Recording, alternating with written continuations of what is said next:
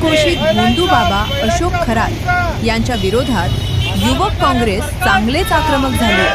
अमरावती शहरातील डॉक्टर बाबासाहेब आंबेडकर चौक इरविन येथे संतप्त युवक काँग्रेसच्या पदाधिकाऱ्यांनी आंदोलन केले। यावेळी तीव्र नारेबाजी करत रोष व्यक्त केला। राज्याचे मुख्यमंत्री तथा गृहमंत्री देवेंद्र फडणवीस यांना या प्रकरणात माहिती होती, तर ते गप्प का होते? यामध्ये नक्कीच काही राजकारण आहे, असा आरोप युवक काँग्रेस शहर अध्यक्ष वैभव देशमुख यांनी केला।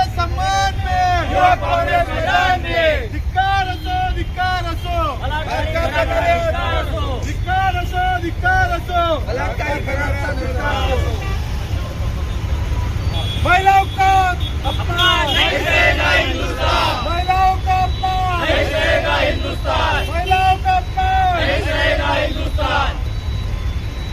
या सरकारचं करायचं काय? खाली मुंडकं वर पाय। या सरकारचं करायचं काय? खाली मुंडकं वर पाय।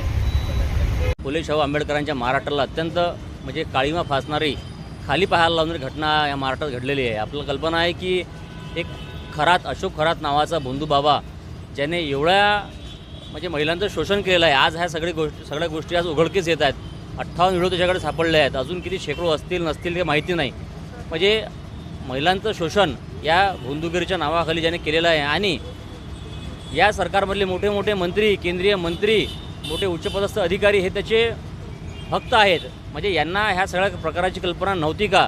या देशाच्या राज्याच्या गृह विभागाला, याची गुप्त अहेर विभागाला या बाबाची कल्पना, या प्रकाराची कल्पना नव्हती का? हा प्रश्न आज निर्माण झालेला आहे आणि होती तर हे सरकार आजपर्यंत गप्प का बरं होते?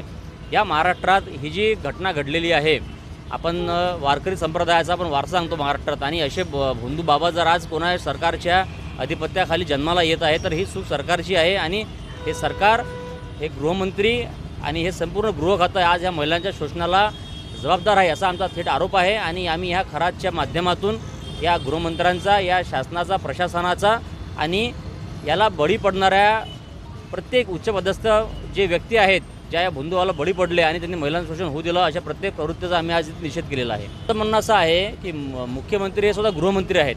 मी जसं म्हटल्याप्रमाणे त्यांच्याकडे गृह खातं आहे, त्याच्याकडे गुप्तहेर CID खातं आहे।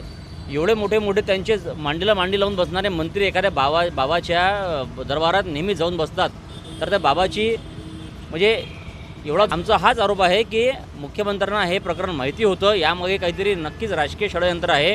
आपल्या सोबतच्या पक्षावर काहीतरी त्यांनी दबावतंत्र निर्माण करण्यासाठी आज हे उघडकीस आणलेला आमचा आरोप आहे। मात्र आपल्या पदाचा असा वापर म्हणजे गृहमंत्री करत असतील की कोणावर दबावतंत्र करायसाठी असे प्रकरण उघडकीस आणायचे, अन्यथा अशा बाबांना मोकळीक द्यायची, अत्यंत चुकीचं आहे।